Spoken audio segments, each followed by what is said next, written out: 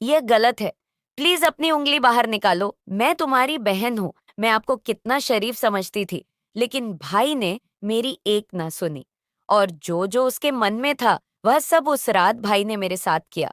आखिर यह सब कैसे हुआ, वह सब बताऊंगी आपको। इस कहानी में मैं कुछ चायकोट की रहने वाली हूँ। मेरा नाम प्रियंका है। मेरी उम्र 19 साल है। लोग कहते हैं कि मैं दिखने में काफी अट्रैक्टिव हूँ, और शायद इसीलिए मोहल्ले के लड़के अक्सर मुझे लेकर बातें करते हैं। मेरा परिवार बहुत छोटा है। मैं, मेरा छोटा भाई और मम्मी पापा का निधन तब हो गया था जब मैं 7 साल की थी। मम्मी को पापा की जगह बैंक में नौकरी मिल गई और उन्होंने हम दोनों को पाला। अब मैं और मेरा भाई दोनों कॉलेज जाते हैं। यह 3 महीने पहले की बात है। उस दिन सोमवार था और मैं कॉलेज नहीं गई थी। मेरा भाई और मम्मी हमेशा की तरह अपने अपने काम पर चले। घर में अकेली थी और कुछ करने का मन नहीं हो रहा था।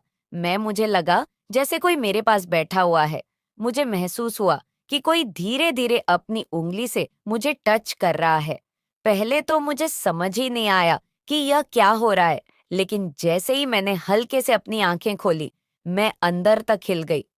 मेरा छोटा भाई, जिसे मैं हमेशा मासूम और शरीफ समझती थी, वही मेरे पास बैठा था। मुझे यकीन नहीं हो रहा था कि यह वही कर रहा है।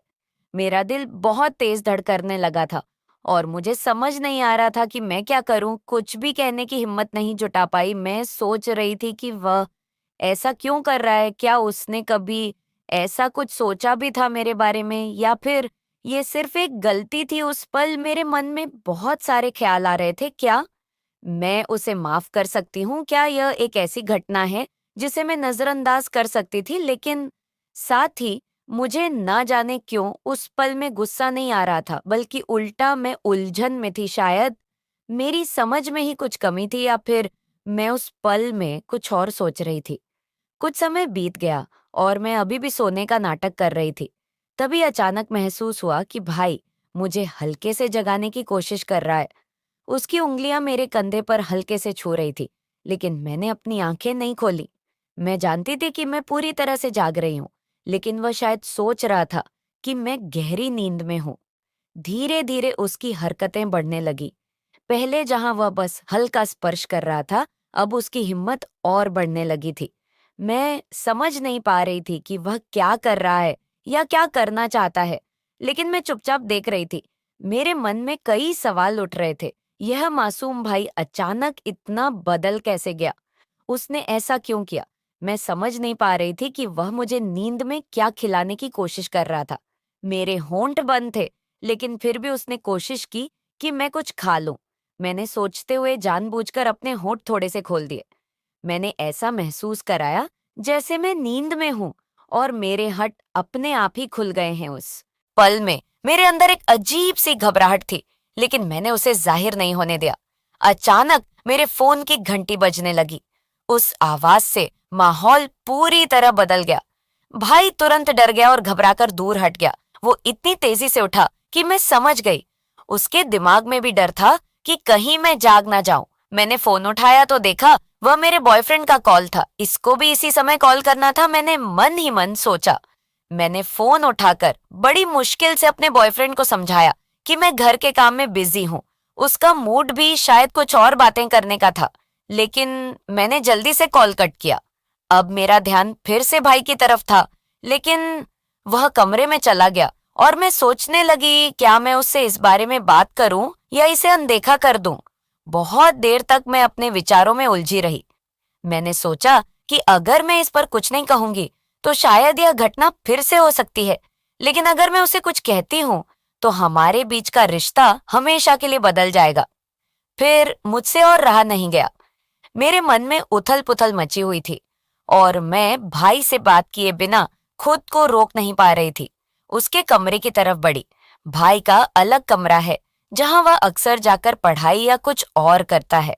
मुझे समझ नहीं आ रहा था कि मैं उससे क्या कहूंगी या किस तरह इस पूरे वाक्य का सामना करूंगी। जब मैं भाई के कमरे के पास पहुंची तो दरवाजा आधा खुला हुआ था। मैंने धीरे से अंदर झांका। जो मैंने देखा उसने मेरी आंखें पूरी तरह से चौड़ी हो गई।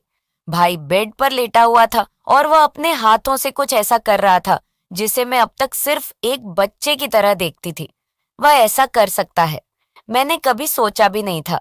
1 मिनट तक मैं बस दरवाजे पर खड़ी देखती रही। मेरे दिमाग में कई सवाल उठ रहे थे। आखिर उसे क्या हो गया है?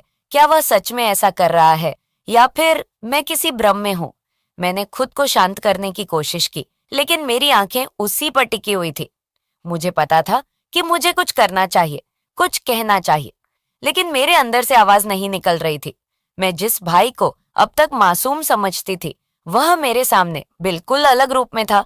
उसे इस हालत में देखकर मुझे एहसास हुआ कि शायद उसने बचपन से कुछ ऐसा देखा या महसूस किया है जिसके बारे में मैंने कभी सोचा ही नहीं। मेरे मन में उसके प्रति नफरत नहीं आई, बल्कि मैं उलझन में थी। मैं समझ नहीं पा रही थी कि यह उसकी कोई गलतफहमी है या फिर कुछ और। मैंने धीरे धीरे दरवाजे से हटने का फैसला किया। मुझे नहीं पता था कि अगर मैं उसे इस हालत में टोकूं तो हमारे बीच क्या होगा। मैं मन ही मन सोचने लगी कि उसने मेरे साथ कुछ गलत कर दिया तो उतने में उसने मुझे देख ही लिया, और वही हुआ जिसका मुझे डर था। भाई को मुझे देखकर रहा नहीं गया और उसने मेरे पास आकर वह किया जो वह न जाने कितने दिनों से करने की तमन्ना थी। अगर आप जानना चाहते हैं कि आगे क्या हुआ, तो मेरे साथ जुड़िए। कल कहानी में दिलचस्पी और भी बढ़ने वाली है, और यदि आप इसे बिल्कुल भी मिस नहीं करना चाहते हैं, तो अभी चैनल को सब्सक्राइब करें ताकि हर अपडेट आप तक सबसे पहले पहुंचे। मैं आपकी वही प्यारी दोस्त हूँ। मिलूंगी अगले वीडियो में। धन्यवाद।